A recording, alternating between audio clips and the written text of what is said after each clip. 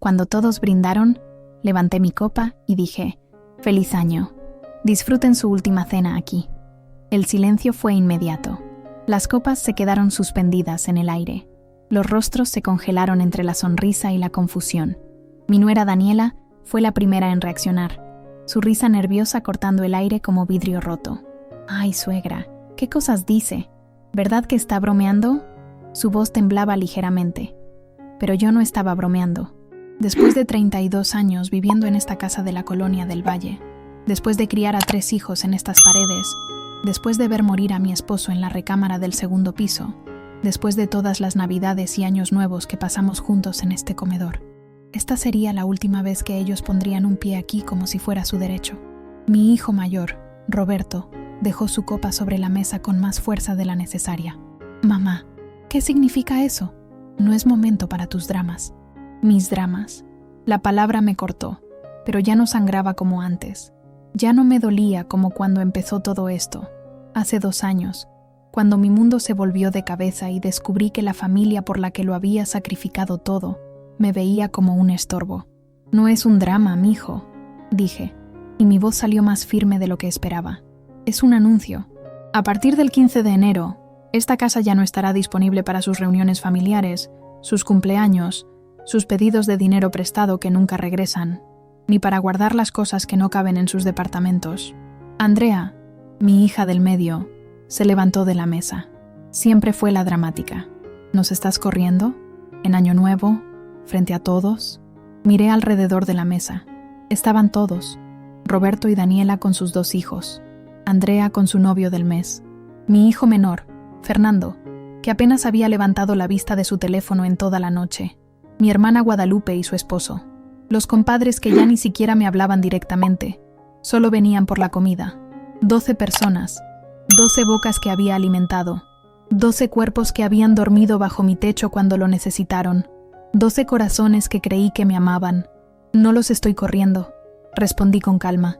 «Ustedes hace mucho que se fueron. Solo que yo fui demasiado tonta para notarlo». El reloj de la pared marcaba las 12:03 de la mañana. Año nuevo, vida nueva, dicen.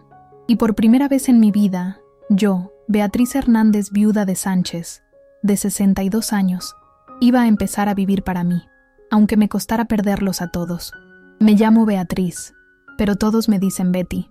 Nací en Querétaro hace 62 años, en una familia humilde donde aprendí que el valor de una mujer se medía en cuánto podía dar sin pedir nada a cambio. Mi madre me enseñó a hacer tortillas a los 7 años. A los 10, ya sabía preparar mole de olla para 20 personas. A los 14, cuidaba a mis 5 hermanos menores, mientras mis padres trabajaban en el campo.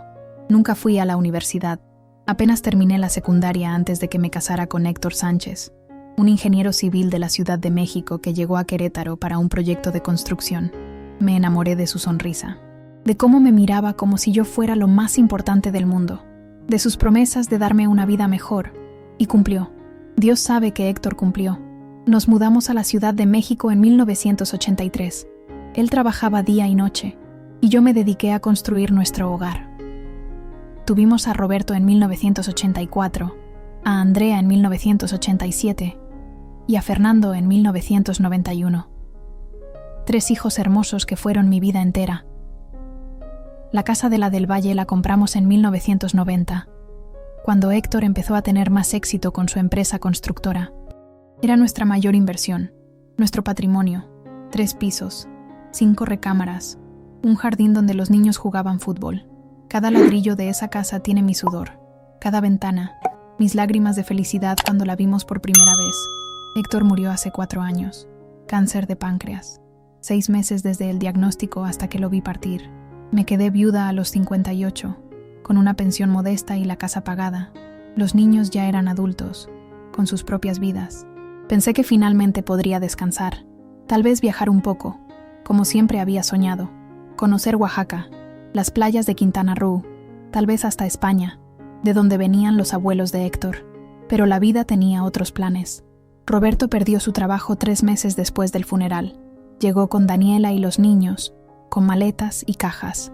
Solo será temporal, mamá, hasta que consiga algo mejor. Andrea terminó con su prometido ese mismo año. Necesitaba un lugar donde quedarse mientras sanaba su corazón.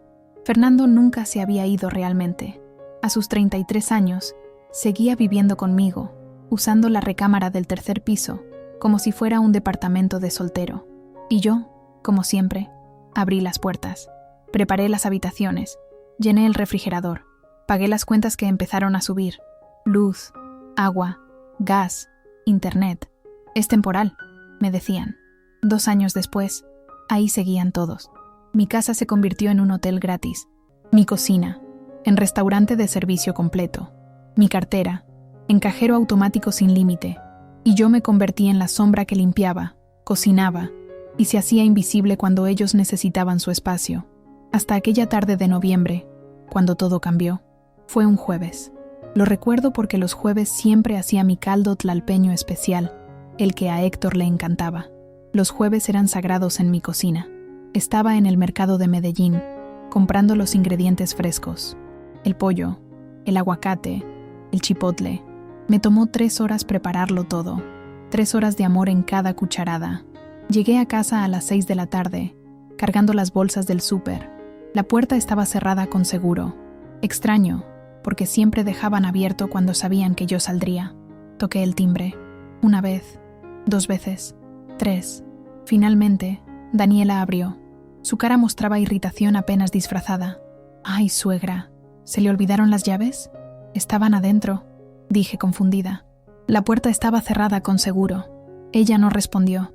Solo se hizo a un lado para dejarme pasar. Entré a mi propia casa y escuché voces en la sala. Voces que se callaron abruptamente cuando me vieron. Roberto, Andrea y Fernando estaban sentados en la sala. En la mesa de centro había papeles extendidos. Muchos papeles. Cuando intenté acercarme, Roberto los juntó rápidamente. «¿Qué pasa?», pregunté. «¿Está todo bien?» «Todo bien, mamá», dijo Roberto con esa sonrisa que aprendió de su padre pero que nunca tuvo la misma calidez. «Solo estamos resolviendo unos asuntos». «¿Qué asuntos?» «Nada que te preocupe», intervino Andrea, y su tono tenía ese filo que empezaba a conocer demasiado bien. Cosas de adultos, como si yo no fuera una adulta, como si esta no fuera mi casa. Dejé las bolsas en la cocina, con el corazón latiendo más rápido de lo normal. Algo andaba mal. Lo sentía en los huesos, como cuando sientes que va a llover aunque el cielo esté despejado. Mientras preparaba el caldo, los escuché hablar en voz baja. Captaba palabras sueltas. «Tiene que entender. Lo mejor para todos. Antes de que sea muy tarde». Cuando llamé a cenar, comieron en silencio. Nadie dijo que el caldo estaba delicioso, como siempre hacían. Nadie me preguntó cómo estuvo mi día. Fernando ni siquiera levantó la vista de su teléfono. Era como si yo no estuviera ahí. Esa noche no pude dormir. Me quedé despierta, mirando el techo de la recámara que había compartido con Héctor durante 30 años. Su foto en el buró me miraba, y juro que podía escuchar su voz. «Betty, abre los ojos». A las 3 de la mañana, bajé por un vaso de agua. La luz del estudio estaba encendida. Me acerqué con cuidado y escuché voces. Era Roberto, hablando por teléfono. «Sí, licenciado. Mi mamá tiene 62 años. No está mentalmente preparada para manejar esta propiedad. Sí, entiendo que necesitamos su firma, pero estamos trabajando en eso. No es mala persona. Solo está confundida con la edad. Sí, vamos a proceder con la sugerencia que nos dio». Me quedé paralizada detrás de la puerta. «¿Licenciado? ¿Mi firma? ¿Confundida con la edad?» Subí las escaleras en silencio, con las piernas temblando. Entré a mi recámara y cerré la puerta con seguro.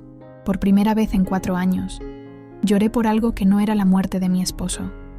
Lloré porque mis hijos, la gente por la que había vivido cada día de mi vida, estaban planeando algo a mis espaldas. Algo que requería mi firma. Algo que involucraba a un abogado.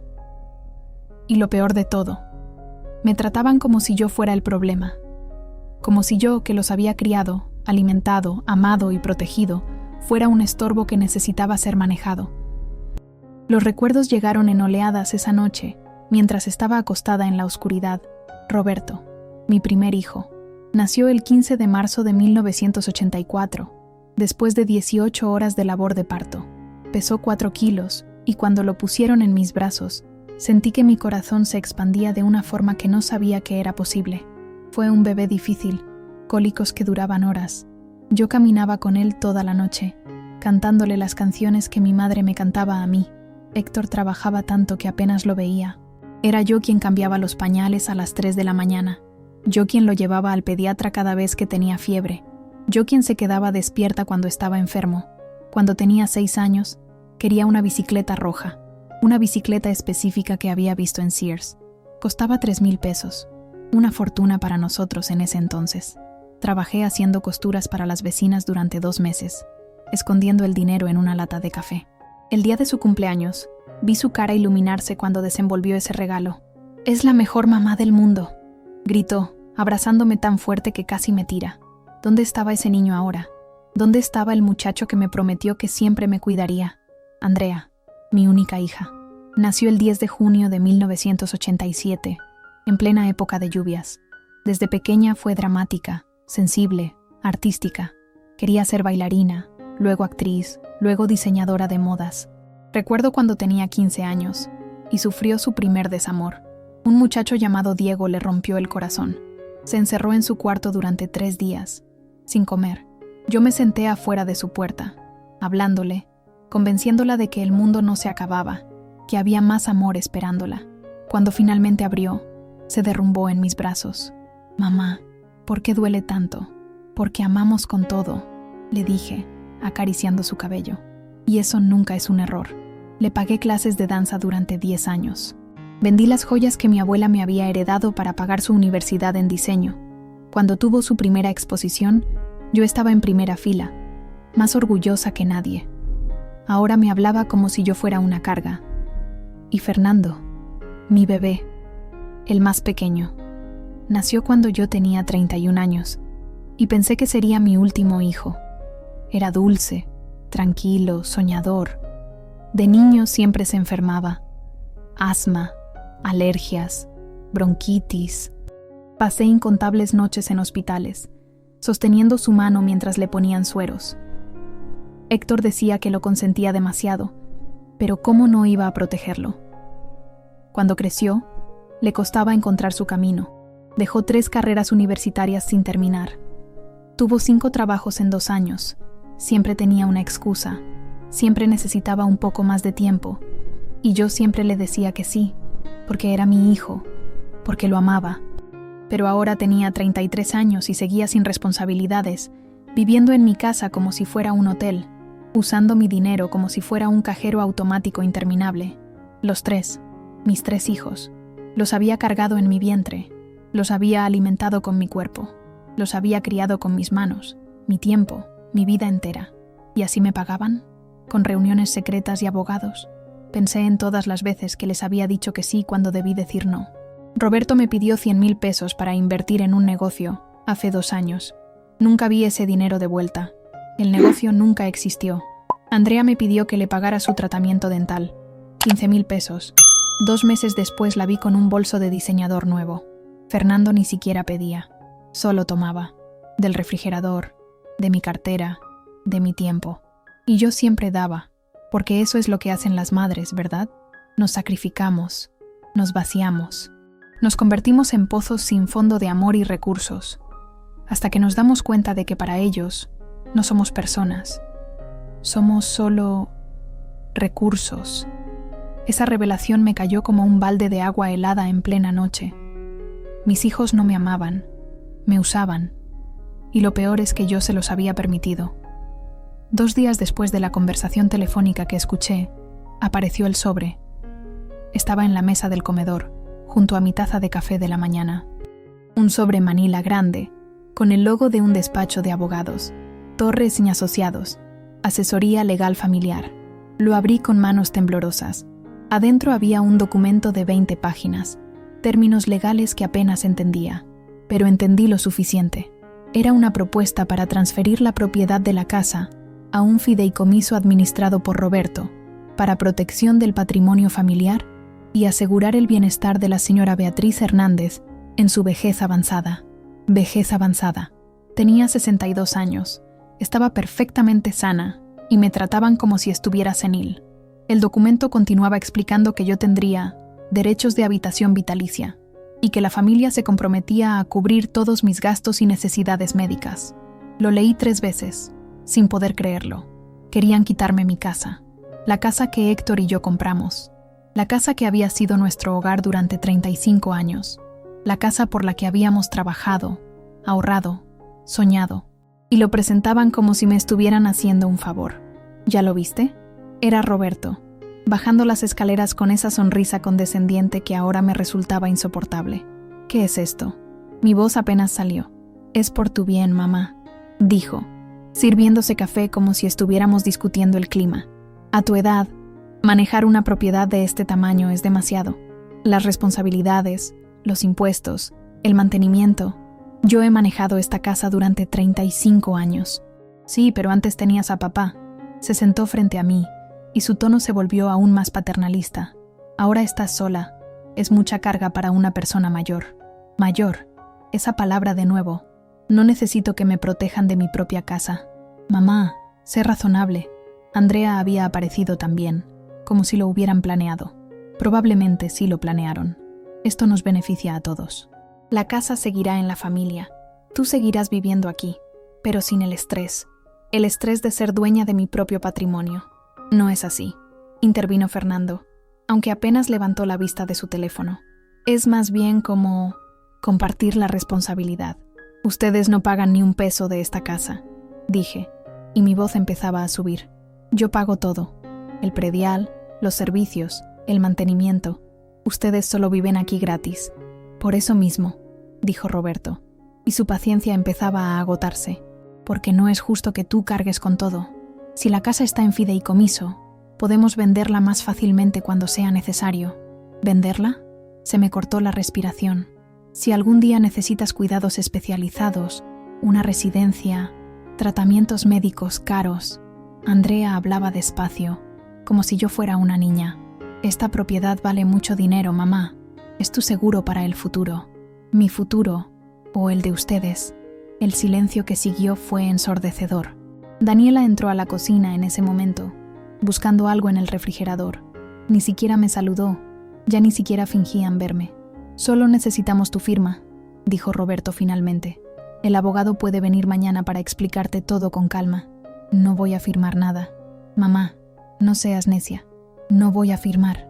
Golpeé la mesa con una fuerza que no sabía que tenía. Esta es mi casa, la casa que Héctor y yo construimos. No tienen derecho. Tenemos todo el derecho, me interrumpió Roberto, y ahora su voz era fría. Somos tus hijos, somos tu familia, y solo queremos lo mejor para ti, aunque tú no puedas verlo. Lo que quieren es robarme. La palabra quedó suspendida en el aire como una bomba. Andrea se levantó de golpe. ¿Cómo te atreves?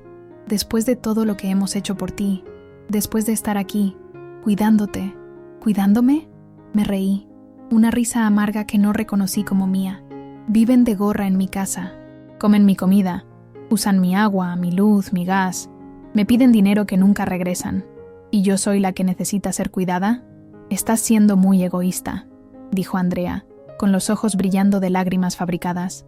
Solo te estamos pidiendo un poco de confianza, un poco de... Váyanse. La palabra salió antes de que pudiera detenerla. ¿Qué? Váyanse. Todos. De mi casa.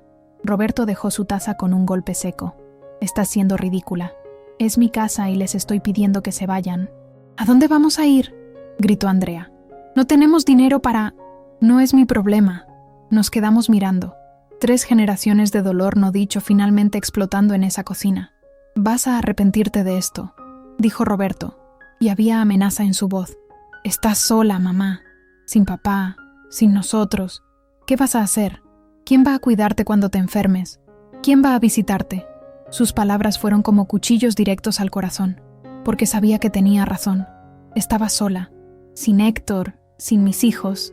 ¿Qué me quedaba?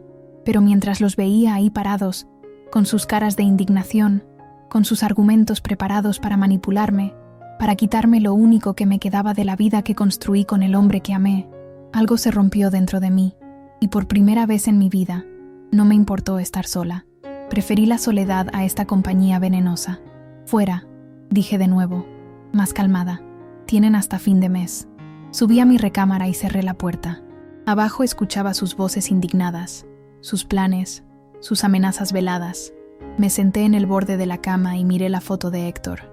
¿Qué hago?, le pregunté a esa imagen congelada en el tiempo, a ese hombre que una vez me prometió que siempre me protegería.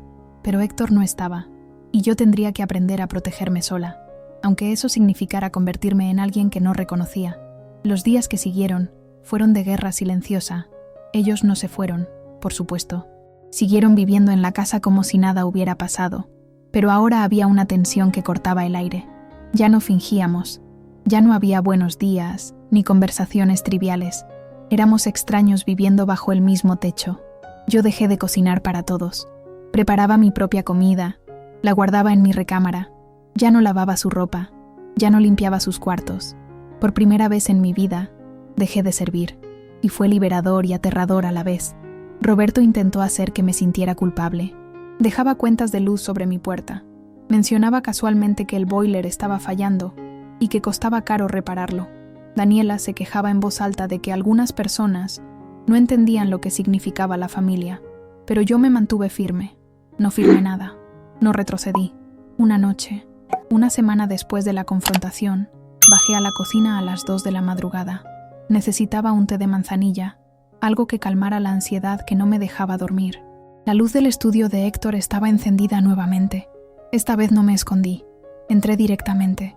Fernando estaba ahí, sentado en el escritorio de su padre, con papeles desparramados por todas partes. Cuando me vio, se sobresaltó. «Mamá, ¿qué haces en el escritorio de tu padre?» Solo estaba buscando... Se quedó sin palabras. Me acerqué y vi lo que tenía en las manos. El testamento de Héctor, las escrituras de la casa, pólizas de seguros. ¿Buscando qué?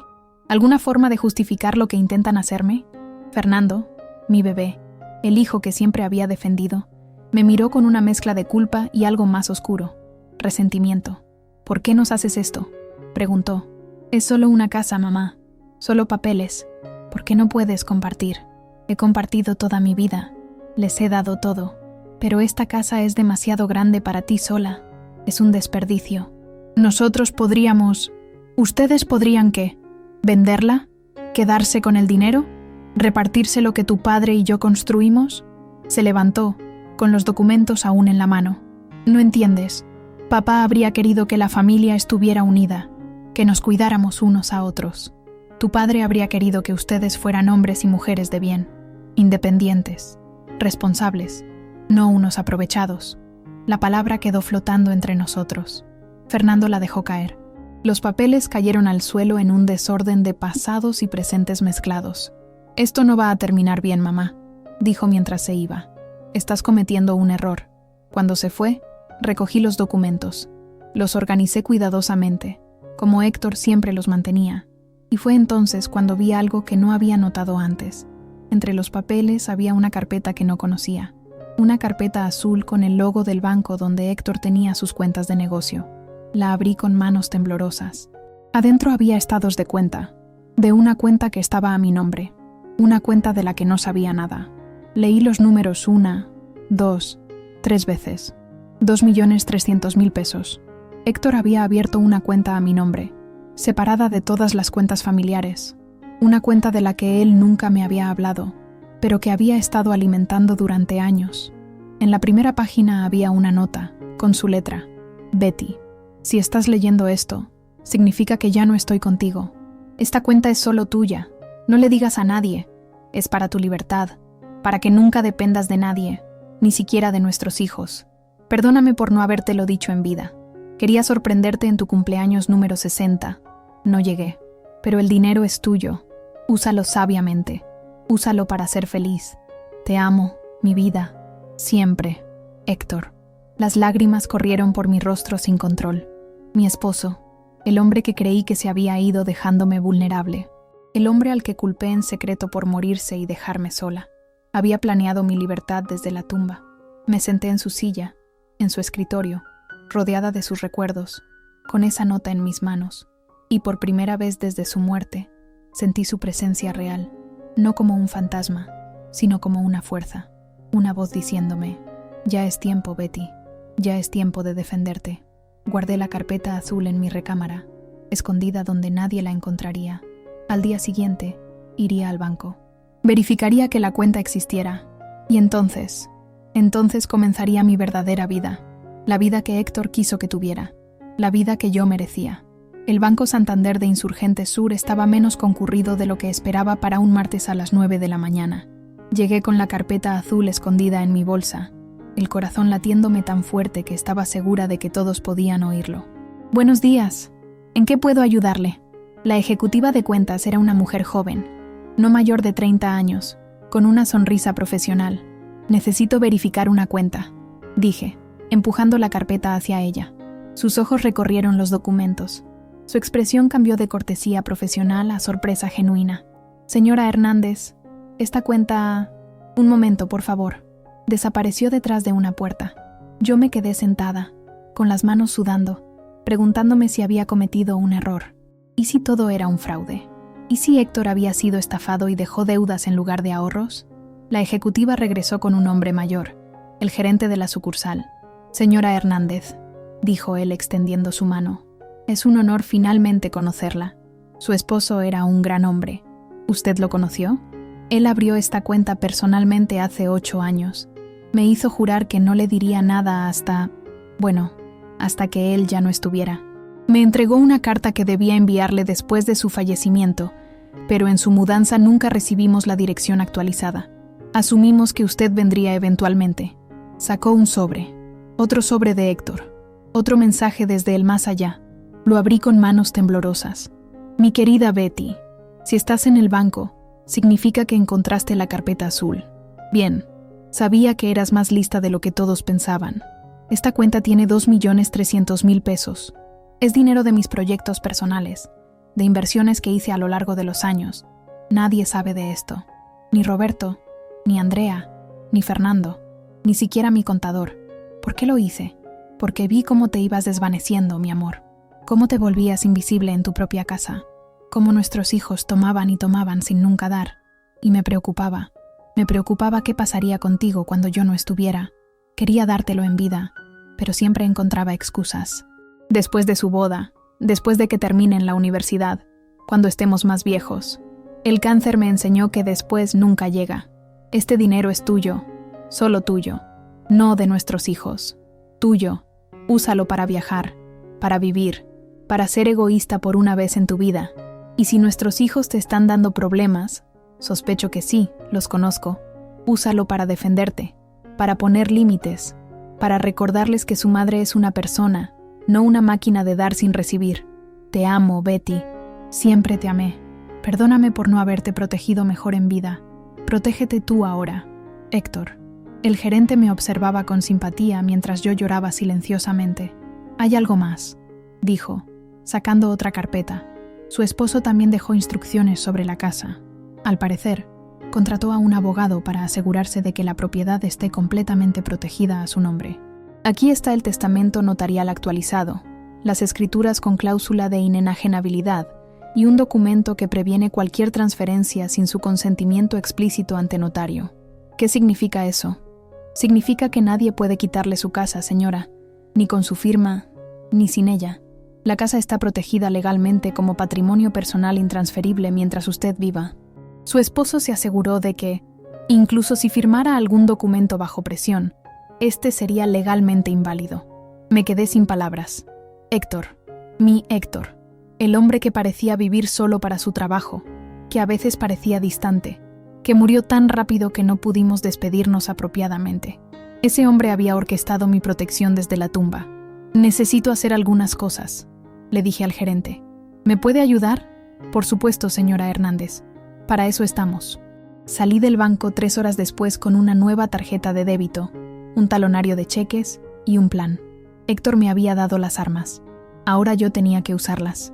En el taxi de regreso a casa, llamé a un número que había encontrado en los papeles de Héctor. El abogado que había preparado toda la documentación. Licenciado Arturo Mendoza. Su secretaria me dio cita para esa misma tarde.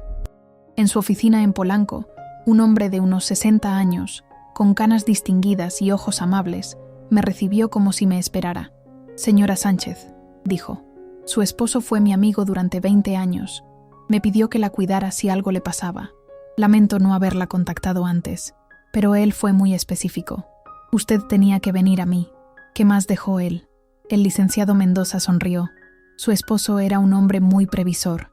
Sabía que su familia podría causarle problemas. Me contó sobre Roberto, Andrea, Fernando. Me dijo que los amaba, pero no confiaba en que hicieran lo correcto. Abrió una caja fuerte y sacó varios documentos. Aquí está todo. La documentación de la casa, completamente a prueba de manipulación. Un poder notarial revocable solo por usted. Y esto... me entregó un sobre más pequeño. Estos son las grabaciones. ¿Grabaciones? Su esposo sabía que estaba enfermo mucho antes de decirle. Durante esos meses, habló con sus hijos. Les preguntó qué harían cuando él muriera. Si cuidarían de usted. Si respetarían sus deseos. Las respuestas, bueno, están en estas grabaciones. Él me las dejó con instrucciones de mostrárselas si alguna vez necesitaba recordar quiénes son realmente. Tomé el sobre con manos temblorosas. ¿Quiere escucharlas ahora? Negué con la cabeza. No estaba lista. Todavía guardaba una pequeña esperanza de que todo fuera un malentendido. Cuando esté lista, dijo el licenciado. También quiero que sepa que cualquier documento que le hayan presentado para firmar es inválido. Y si intentan presionarla, manipularla o amenazarla, tengo instrucciones de su esposo de tomar acciones legales inmediatas. ¿Qué tipo de acciones? Desalojo, desherencia parcial, restricción de acceso a cualquier herencia futura. Su esposo dejó todo muy claro. Si sus hijos la maltratan, pierden todo excepto lo mínimo que la ley exige. Salí de la oficina del licenciado Mendoza sintiéndome diferente. Ya no era la víctima indefensa. Era la viuda de Héctor Sánchez, dueña de su propia casa, con dinero en el banco y protección legal. Pero más que eso, tenía información, tenía poder y finalmente tenía el valor para usarlo. Los siguientes días fueron de planificación silenciosa. No dije nada a mis hijos sobre el banco, sobre el abogado, sobre la cuenta secreta. Seguí con mi rutina normal, siendo invisible, siendo la madre complaciente que esperaban. Pero por dentro, estaba construyendo mi estrategia. Primero, llamé a una compañía de mudanzas. Les pedí que vinieran a evaluar la casa, específicamente las recámaras que ocupaban Roberto, Andrea y Fernando. ¿Es un desalojo?, preguntó el encargado. Es una renovación familiar, respondí. Contraté a un cerrajero. Le di instrucciones específicas para el 2 de enero. Cambiaría todas las cerraduras de la casa. Solo yo tendría las llaves. Después, fui al banco nuevamente. Esta vez, retiré 50,000 pesos en efectivo. No porque los necesitara, sino porque quería sentir el peso de mi independencia en las manos. Con ese dinero, hice algo que nunca había hecho en mi vida. Me fui de compras para mí, no para la casa, no para los niños, para mí. Me compré un vestido nuevo en Liverpool, color azul marino, elegante pero no ostentoso. Me corté el cabello en un salón caro de Polanco. Nada dramático, solo un corte que me hizo sentir renovada. Me miré en el espejo del salón y casi no me reconocí. Ahí estaba yo, Beatriz Hernández, 62 años, viuda, madre de 3, pero también mujer, persona, individual. Había olvidado que existía debajo de todos esos títulos. También contraté a una asistente legal, una joven abogada recomendada por el licenciado Mendoza. Su trabajo era simple, documentar todo. Cada interacción con mis hijos, cada solicitud de dinero, cada comentario despectivo. Si esto va a litigio, me explicó, necesitamos pruebas de todo. No sabía si llegaría a eso. Parte de mí todavía esperaba que mis hijos recapacitaran, que vieran lo que estaban haciendo, que recordaran que alguna vez me amaron. Pero la otra parte, la nueva parte que estaba despertando, sabía la verdad. Esto solo podía terminar de una manera. El 20 de diciembre, durante la cena, yo ya no cocinaba para ellos. Cada quien se hacía su comida. Roberto mencionó casualmente el tema del fideicomiso. Ya pasaron semanas, mamá. El abogado está esperando tu decisión. Mi decisión está tomada, dije, sin levantar la vista de mi plato. No voy a firmar. Estás siendo increíblemente egoísta, intervino Andrea. Esta casa podría ayudarnos a todos. Podríamos venderla, cada quien comprar algo más pequeño, más manejable. Tú puedes vender tu departamento si necesitas dinero. No tengo departamento, vivo aquí. Exactamente. El silencio que siguió fue tenso. ¿Sabes qué?, dijo Roberto levantándose. Creo que necesitas hablar con un profesional, con alguien que te haga ver que no estás pensando con claridad. ¿Un profesional? ¿Como un psiquiatra? Me reí. ¿Ahora van a intentar declararme incompetente? La forma en que Roberto evitó mi mirada fue respuesta suficiente. ¿Lo habían considerado? Por supuesto que sí. Era el siguiente paso lógico en su plan. Si no podían convencerme de firmar voluntariamente, intentarían probar que no estaba en mis facultades mentales para tomar decisiones. Ya veo, dije, con una calma que no sabía que poseía. Entonces es así. Mamá, nadie está diciendo, empezó Andrea. Salgan de mi casa. ¿Otra vez con eso? Fernando finalmente habló. Ya sabemos que no vas a hacer nada. Nunca haces nada. Solo amenazas y luego te echas para atrás porque no puedes estar sola. Sus palabras fueron como un puñetazo, porque tenía razón. Durante toda mi vida había sido así. Amenazaba límites que nunca imponía. Decía no, pero terminaba diciendo sí. Era predecible, era débil, pero algo había cambiado. Tienen hasta el 15 de enero, dije, levantándome de la mesa. Después de esa fecha, las cerraduras estarán cambiadas, sus cosas estarán empacadas, y si no se han ido voluntariamente, la policía los sacará. No puedes hacer eso, dijo Roberto, pero había incertidumbre en su voz. Soy dueña de esta propiedad. Puedo hacer exactamente eso. Te vas a quedar sola, amenazó Andrea. Completamente sola. ¿Eso es lo que quieres? ¿Morir sola en esta casa enorme? Miré a mi hija. A los ojos que alguna vez me miraron con amor, que ahora solo mostraban cálculo y resentimiento. Prefiero morir sola que vivir rodeada de gente que me trata como estorbo. Subí las escaleras, dejándolos en su shock. En mi recámara, saqué el sobre con las grabaciones que el licenciado Mendoza me había dado. Era tiempo de escuchar lo que Héctor había descubierto. Puse el primer audio en mi laptop. Era una conversación entre Héctor y Roberto, grabada 2 meses antes de que Héctor muriera. Papá, seamos honestos, decía la voz de Roberto. Cuando tú no estés, mamá no va a poder con la casa. Va a necesitar ayuda. Guía, tu madre es más fuerte de lo que crees, respondía Héctor, su voz debilitada por la enfermedad pero firme. Es fuerte emocionalmente, sí, pero no para negocios, para decisiones. Tú siempre manejaste todo. Ella solo es ama de casa. Cuidado con cómo hablas de tu madre, Roberto. Lo digo con respeto, pero seamos prácticos. Esa casa vale mucho dinero. En manos equivocadas podría, no sé, firmar algo que no debería, dejarse convencer por algún estafador, o dejarse convencer por sus propios hijos. Silencio en la grabación. No sé qué insinúas. Insinúo que tu madre es dueña de su vida y su patrimonio, y que si algo le pasa, quiero saber que la respetaste, que la honraste, que no la trataste como una cartera con piernas. Papá, yo nunca... Roberto, te conozco. Sé cómo piensas. Sé que ves esa casa como tu herencia. Pero no lo es. Es de tu madre. Y si la respetas, tal vez algún día, cuando ella decida, cuando esté lista, te dejará algo. Pero si la presionas, si la manipulas, te juro que me aseguraré de que no veas ni un peso. La grabación terminaba ahí. Había más. Conversaciones con Andrea, donde ella sugería vender la casa para liberar capital. Conversaciones con Fernando, donde él ni siquiera consideraba que yo pudiera tener planes propios. Mi esposo lo había visto todo. Había visto lo que yo me negaba a ver, que nuestros hijos nos amaban, sí, pero también nos veían como recursos, como medios para sus fines. Y había planeado mi defensa. Guardé las grabaciones. No las necesitaría ahora, pero era reconfortante saber que existían. Esa noche dormí mejor de lo que había dormido en años, porque finalmente tenía un plan, y finalmente tenía el valor para ejecutarlo. El 31 de diciembre llegó más rápido de lo que esperaba. Yo había planeado una cena familiar, no porque quisiera celebrar con ellos, sino porque necesitaba que estuvieran todos presentes, todos juntos, una última vez.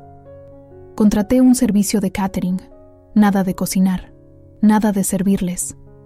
Esta vez, yo sería otra invitada en mi propia casa. Roberto llegó primero con Daniela y los niños, luego Andrea con su nuevo novio, uno diferente al del mes pasado. Fernando bajó de su recámara justo cuando sonaron las 10 de la noche. Mi hermana Guadalupe también vino, con su esposo, los compadres. algunos vecinos. Quería testigos para lo que estaba a punto de hacer. La mesa estaba hermosa. Copas de cristal, platos elegantes, decoración festiva, todo pagado con mi dinero de la cuenta secreta. Mi dinero, no de ellos. Comimos en relativa paz. Conversación superficial. El clima, los planes de Año Nuevo, los niños de Roberto hablando de sus regalos de Navidad. A las 11:45 empezaron a preparar las uvas. La tradición mexicana, 12 uvas para los 12 meses del año, cada una con un deseo. Yo llené mi copa de sidra. Los demás hicieron lo mismo. El reloj marcaba 11:59. «Faltan 30 segundos», anunció Roberto, mirando su reloj. Todo el mundo se puso de pie, copas en mano, listos para el brindis tradicional. 10, 9, 8. Mi corazón latía con fuerza. 7, 6, 5. Miré a cada uno de mis hijos. 4, 3, 2, 1. Feliz Año Nuevo. Las copas se alzaron. La gente empezó a abrazarse. Y entonces yo hablé, alto y claro. Feliz año. Disfruten su última cena aquí. El silencio que siguió fue absoluto. Las copas quedaron suspendidas. ¿Qué dijiste?, preguntó Roberto.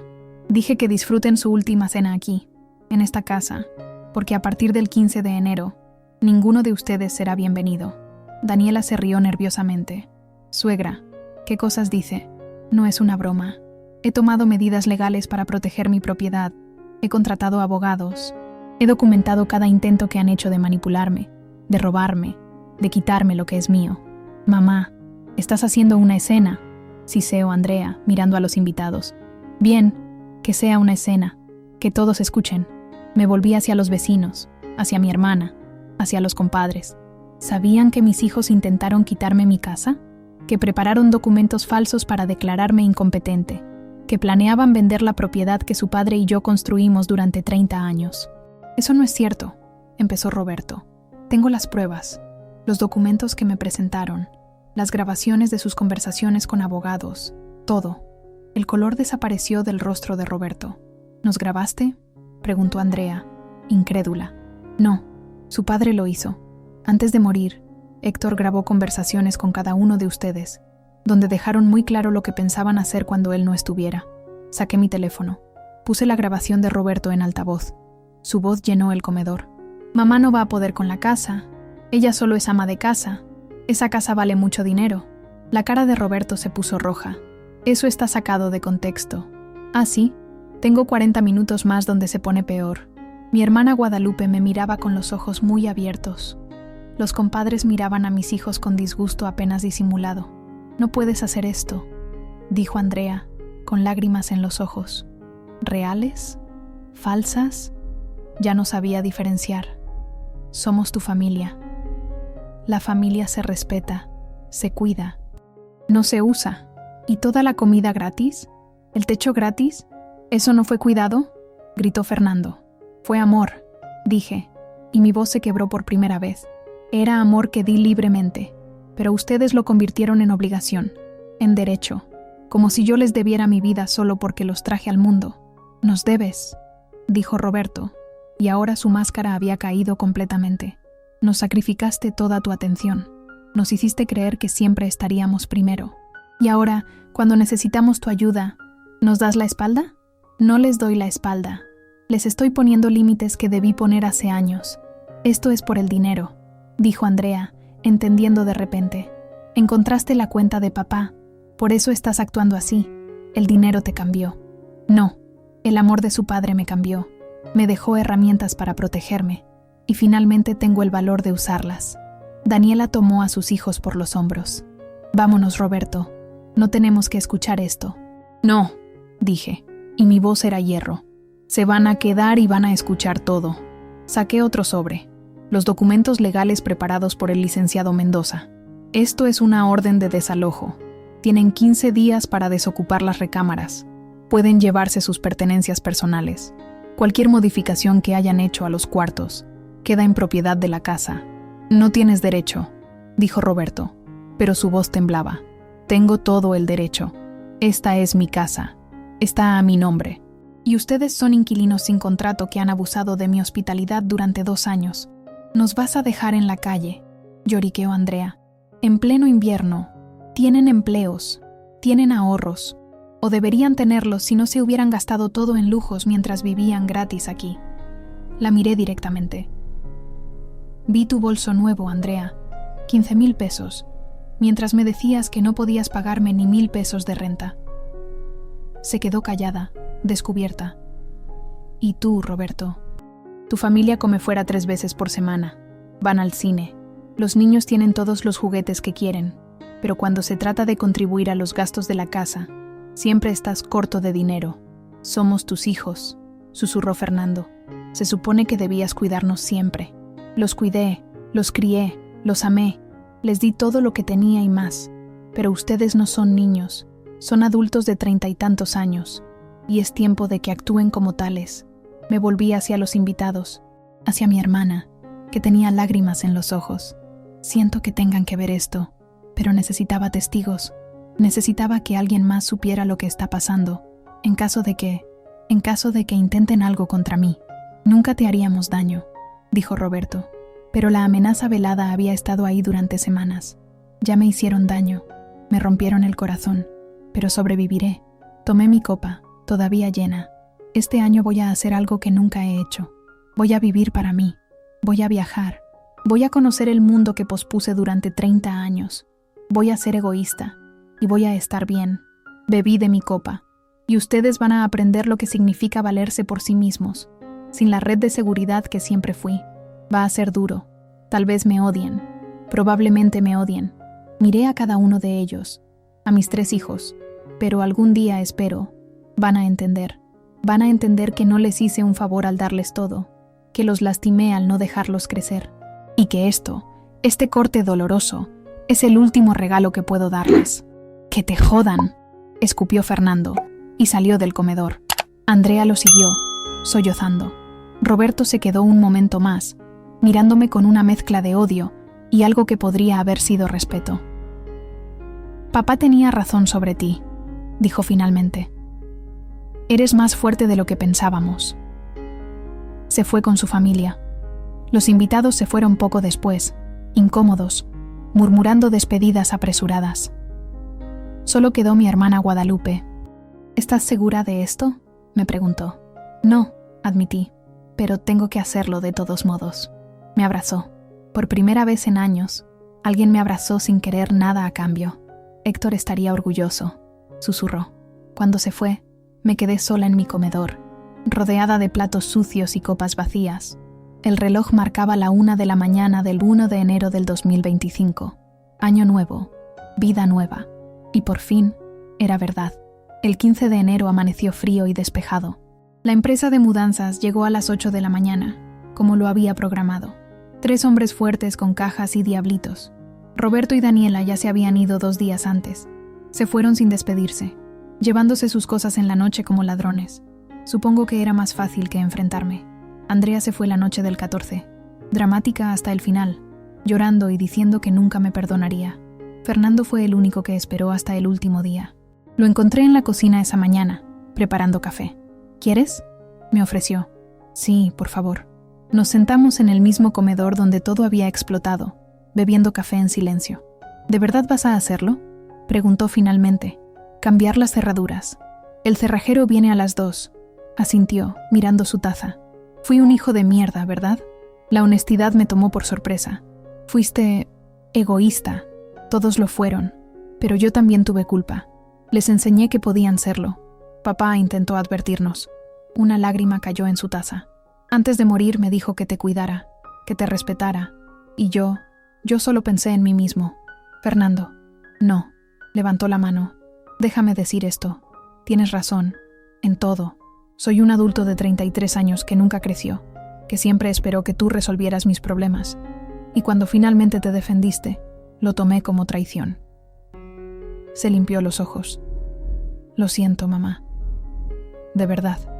Pero también entiendo que disculparme no es suficiente, que necesito demostrarte que puedo cambiar. ¿Y lo harás? No lo sé. Honestamente no lo sé, pero voy a intentarlo.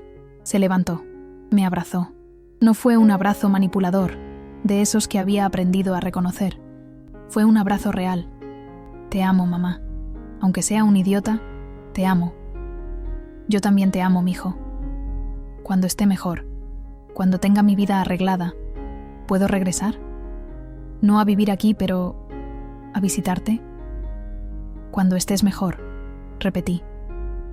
Cuando realmente hayas cambiado, mi puerta estará abierta. Se fue a las 11. Los de la mudanza se llevaron sus cosas a las 12. A las 2, el cerrajero cambió todas las cerraduras. A las 3, estaba sola en mi casa. Completamente sola por primera vez en 35 años. El silencio era ensordecedor. Me senté en la sala, en el sillón donde Héctor solía leer el periódico. Miré alrededor. La casa se veía más grande sin todas esas personas, más vacía, pero también más mía. No lloré. Ya había llorado suficiente. En su lugar, saqué una lista que había estado haciendo. Una lista de sueños pospuestos. Viajar a Oaxaca, aprender a bailar salsa, tomar clases de pintura, conocer el mar de Cortés, hacer nuevos amigos, leer todos los libros que nunca tuve tiempo de leer, dormir hasta tarde sin sentir culpa, comer lo que yo quiera, cuando yo quiera, vivir. La última palabra estaba subrayada 3 veces. Vivir. Al día siguiente, me inscribí en una clase de acuarela en Coyoacán. Compré lienzos, pinceles, pinturas, cosas que nunca me había permitido porque era un gasto innecesario. La siguiente semana, reservé un viaje a Puerto Escondido. Solo yo, una semana en la playa, en un hotel pequeño, leyendo, descansando, existiendo sin tener que cuidar a nadie más. Un mes después, Roberto me llamó. Mamá, necesito hablar contigo. Mi corazón se aceleró. Más manipulación, más intentos de recuperar la casa. Adelante, quiero disculparme, de verdad, no solo con palabras. Daniela y yo conseguimos un departamento. Pequeño, pero es nuestro. Estoy trabajando 2 empleos para pagarlo. Y quiero que sepas que lo entendí. ¿Entendiste qué? Que tenías razón, que te usamos, que fuimos unos hijos terribles, y que lo que hiciste, aunque dolió, fue lo mejor para todos. No dije nada. Esperé. Los niños preguntan por ti. Extrañan a su abuela. Yo también los extraño. ¿Podemos visitarte? ¿El próximo domingo? Solo una comida. Vamos a traer la comida. Tú no tienes que cocinar nada. ¿Vas a intentar convencerme de algo? No, mamá. Solo queremos verte. Queremos que conozcas nuestra nueva vida. Y queremos estar en la tuya si nos dejas. El domingo siguiente, Roberto llegó con su familia. Trajeron pozole de un restaurante, platos desechables para que yo no tuviera que lavar. Jugué con mis nietos en el jardín. Escuché a Roberto hablar sobre sus empleos, sobre cómo Daniela había regresado a trabajar, sobre sus planes para el futuro. No pidieron dinero. No pidieron favores. Solo pasaron tiempo conmigo. Cuando se fueron, me abrazaron. Y por primera vez en años, sentí que el abrazo era real. Andrea todavía no me hablaba. Cada vez que intentaba llamarla, me mandaba al buzón. Dolía, pero también entendí que tal vez ella necesitaba más tiempo. O tal vez nunca volvería. Y tenía que estar bien con ambas posibilidades. Fernando me enviaba mensajes ocasionales, fotos de su nuevo departamento en Iztapalapa, un empleo de medio tiempo en una librería, pequeños pasos, pero pasos al fin. Todavía soy un desastre, mamá, pero estoy intentando. Te amo. En mayo, cumplí 63 años. No hice una gran fiesta. Solo invité a mi hermana Guadalupe, a 2 amigas que había hecho en la clase de pintura, y a Roberto con su familia. Comimos pastel. Nos reímos. Fue simple y perfecto. Esa noche, cuando todos se fueron, subí a mi recámara. Me paré frente a la foto de Héctor. Lo logré, mi amor, le dije. Me costó casi perderlo todo, pero lo logré. Aprendí a defenderme. Aprendí a vivir para mí. Juré que la foto me sonrió. Saqué las cartas que él me había dejado. Las leí una vez más, con el corazón lleno de gratitud. Mi esposo me había protegido. Me había dado las herramientas. Pero fui yo quien decidió usarlas. Fui yo quien encontró el valor. Fui yo quien dijo, basta. Y esa fue la mejor herencia que Héctor pudo dejarme, la fuerza para salvarme a mí misma. Ahora, cuando me miro en el espejo, veo a alguien diferente. Veo a una mujer de 63 años con canas que ya no tiñe, con arrugas que muestran años de sonrisas y lágrimas, con manos que han trabajado y amado y finalmente aprendido a recibir. Veo a Beatriz Hernández, viuda de Sánchez, pero más que eso, me veo a mí misma, y por fin, me gusta lo que veo. La casa sigue siendo mía, grande, vacía a veces, pero llena de paz. Los fines de semana, pinto en el estudio que convertí del cuarto de Fernando. Los martes, voy a clases de salsa en Polanco. Los jueves, todavía hago mi caldo tlalpeño, pero ahora solo para mí, o para las amigas que vienen a visitarme. Viajo. He conocido Oaxaca, Guanajuato, Querétaro de nuevo después de tantos años. El próximo mes voy a España, a ver de dónde venían los abuelos de Héctor. Voy sola, y no tengo miedo, porque aprendí que estar sola no es lo mismo que estar abandonada. Aprendí que puedo ser mi propia compañía, y aprendí, finalmente, después de 63 años, que amarme a mí misma no es egoísmo, es supervivencia, es libertad, es justicia. Aquella noche de Año Nuevo, cuando levanté mi copa y dije, disfruten su última cena aquí, no sabía si estaba cometiendo el mayor error de mi vida o tomando la mejor decisión. Ahora lo sé, fue lo mejor que pude haber hecho, por ellos. Y sobre todo, por mí. Porque una madre puede dar todo, sacrificarlo todo, amarlo todo, pero no puede perderse a sí misma en el proceso. Y si lo hace, entonces no solo se pierde ella, se pierde la oportunidad de enseñarles a sus hijos lo más importante, que cada persona, incluso tu madre, es un ser humano que merece respeto, dignidad y amor propio. Esta fue mi historia, mi verdad, mi redención. Y si en algún lugar mi Héctor está viendo, sé que está orgulloso, no porque me defendí, sino porque finalmente aprendí a vivir, la vida que él soñó para mí, la vida que yo merecía, la vida que ahora, por fin, es completamente mía.